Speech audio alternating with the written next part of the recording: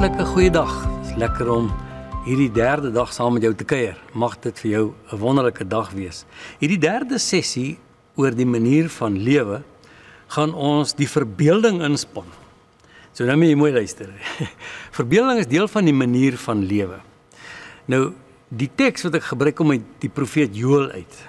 Wat hier gebeur is deur die profeet Joël aangekondig. En dan haal Petrus dit aan op Pinksterdag.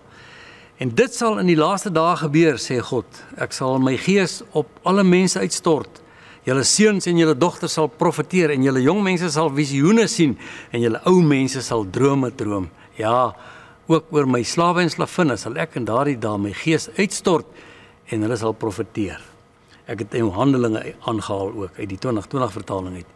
Hierdie teks wat die uitstorting van die Heilige Gees beskryf op Pinksterdag is 'n skrifgedeelte wat dikwels opduik in warme gesprekke tussen verskillende perspektiewe wat kerke en hulle leerstellings aanbetref.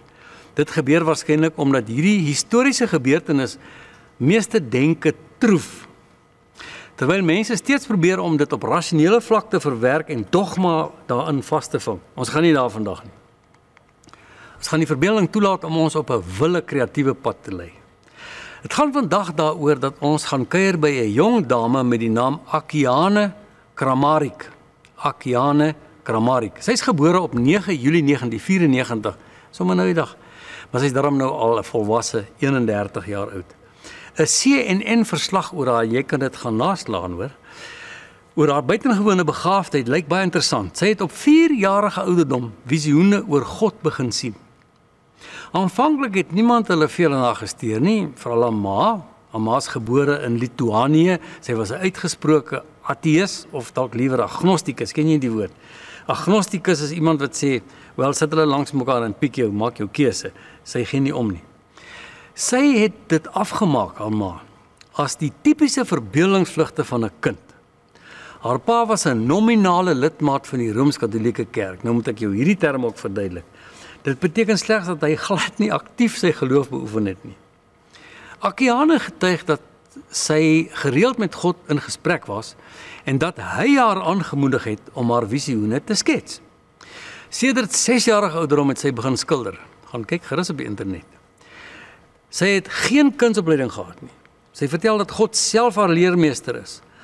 Alle inspirasie kom uit die kleurvolheid van die hemel, die ruimte waar sy haarself baie tuis vind.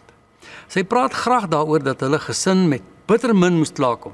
Geen TV nie, nie eens radio nie, tuiskool, geen kinderoppasser nie en hoegenaamd geen kerkbesoek nie. Nou met die perfekte blik van terugblik, dis nou Afrikaans vir hindsight is a perfect science. Wel dit lyk asof hierdie soort van isolasie die ideale omgewing geskep het, waarin sy God kon ontmoet. Omdat Akiane volhard het om met haar ouers te praat oor hierdie unieke verhouding met God, moes hulle dood eenvoudig daarvan kennis neem met nuwe erns. Hulle besef dat sy buitengewone skildertalent het en hulle begin haar aanmoedig. En dit lei uiteindelik tot beide se wonderlike bekering. Op 8-jarige ouderdom voel sy gedring om 'n portret van Jesus te skilder. Sy het reeds besef dat hy die een is wat haar na die Vader se troon toe lei. Hou in gedagte, sy het nie teologiese opleiding of aansporing gehad nie. Sy het net die stem van Jesus in drome en gesigte gehad. Sy begin en na rofweg 80 ure se werk oor verskeie dae is die skets Jesus, die prins van vrede wat jy nou sal kan sien, van die Jesus die prins van vrede voltooi. Sy werk met skadies van lig en donker. Die kant van Jesus se gesig wat helder verlig is verteenwoordig die waarheid en die vreugde wat hy personifieer. Die donker kant van sy gesig verteenwoordig die lyding wat hy in ons plek moes deurmaak. Sy moes wel van 'n paar modelle gebruik maak om die gesig te kry soos dit in haar visioen lyk. Die storie maak 'n baie interessante draai as haar agent daarin slaag om die skildery te steel. En vir 16 jaar word hierdie skildery in 'n banklys weggesteek. In 2019 slaag die gesin uiteindelik om die Prince of Peace terug te kry en dit word aan 'n privaat versamelaar vir $850,000 verkoop. Dis 'n sterk bedrag, né? Nou, hoekom deel ek hierdie goed met jou? Ek sê dis 'n verbeeldingryke jaar En die manier van lewe moet jou verbeelding 'n rol speel. Ek besef die gevare daar.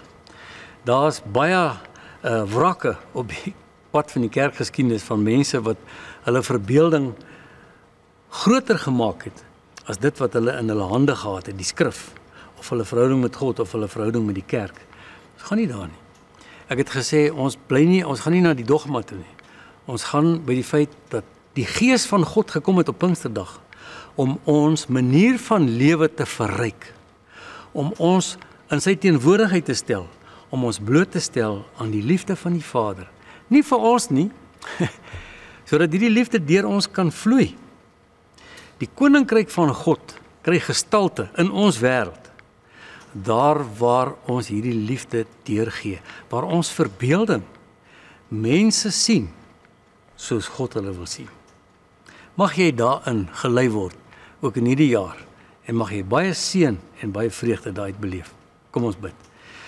Hemelse Heer, baie dankie dat U ons so wonderlik geskep het, geskape na U beeld, en dat U Heilige Gees gestuur het om hierdie beeld in ons te restoreer, om dit te vorm, om dit gestalte te gee, sodat in ons gesprekke met mense U self kan teenwoordig kom en U mense kan aanraak.